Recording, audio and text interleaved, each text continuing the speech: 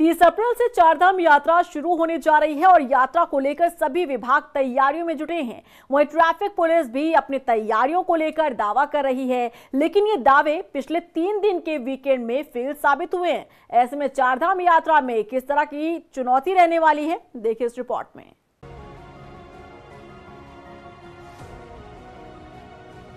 एक तरफ चारधाम यात्रा को लेकर ट्रैफिक कंट्रोल करने के लाख दावे किए जा रहे हैं, लेकिन अभी 3 दिनों की छुट्टी और वीकेंड में ही उन दावों की पोल खुल गई है। 12, 13 और 14 अप्रैल के 3 दिन के वीकेंड के दौरान बाहरी राज्यों से भारी संख्या में पर्यटकों के आने के कारण काफी प्रेशर रहा, जिसका असर देहरादून के दूसरे मार्गों पर भी दिखा। लॉन्ग वीकेंड के दौरान 2 दिनों में ऋषिकेश क्षेत्र में लगभग 80,000 पर्यटकों की गाड़ियां पहुंची, जिनमें से लगभग 20,000 वाहन वापस गए। इस दौरान मसूरी में भी 2 दिनों में 15,000 पर्यटक वाहन आए और 8,000 वाहन वापस गए। हरिद्वार और ऋषिकेश में कई किलोमीटर का लंबा जाम भी देखने को मिला।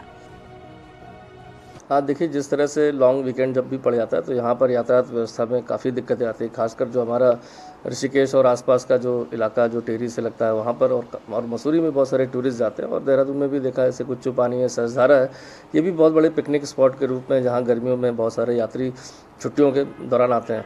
निरीक्षण के दौरान ये चीज़ पाई गई कि जो हैवी ट्रैफिक का जो आवागमन, खासकर हमारा जो बाईपास हाईवे है या अन्य, उसमें जो हैवी ट्रैफिक का ज़्यादा आवागमन होता है उससे भी ट्रैफिक जाम की समस्या होती है। इसको देखते हुए हमने 5-6 जगह चिन्हित करी जहाँ पर आवश्यकता अनुसार जो है हम वहाँ पर हैवी ट्रैफिक को रोक देंगे, जिससे कि कम से कम यातायात का दबाव हो।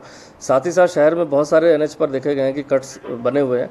खासकर वो कट्स इसलिए बने कि वहाँ पर आबादी इतनी ज़्यादा होगी, कॉलोनी बस गई जहाँ पर लोगों का आना जाना रहता है, तो उन कट्स को भी ऐसे पीक टाइम में बंद करना जिससे आम जन को भी असुविधा ना हो, और जैसे ही वो हमारा पीक टाइम ओवर होता है यातायात का दबाव, तो उन कट्स को खोल दिया जाता है। ऐसे हमने रिप्सना पुल के आसपास 2 कट थे, उसको भी बंद कराया, खासकर कि उसके कारण ट्रैफिक बढ़ने के कारण जो है वहाँ पर बाधित होता है।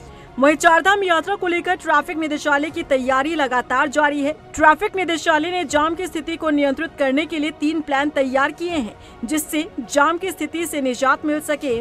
चारधाम यात्रा ऋषिकेश और हरिद्वार से शुरू होती है और जाम की स्थिति भी यहीं पर देखी जाती है। हाल ही में वीकेंड पर जाम की स्थिति पैदा हुई।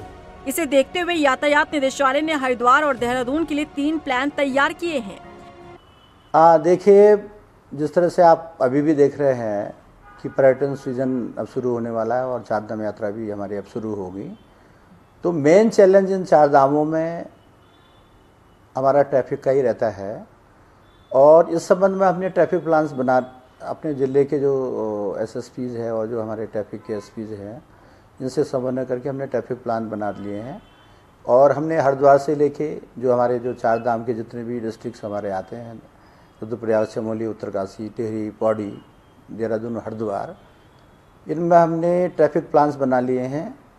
और हमने मौके पर 2-3 जिलों में जाके खुद भी उसको देखा है, और उसमें हमने ट्रैफिक का जो यातायात का जो दबाव है वो आने वाले समय में बढ़ता ही जाएगा। तो इसके दृष्टिगत हमने ABC 3 प्लान हमने बनाए हैं।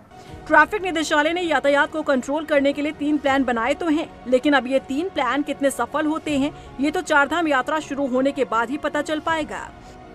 रफ्तार मीडिया के लिए देहरादून से हिमांशु चौहान की रिपोर्ट।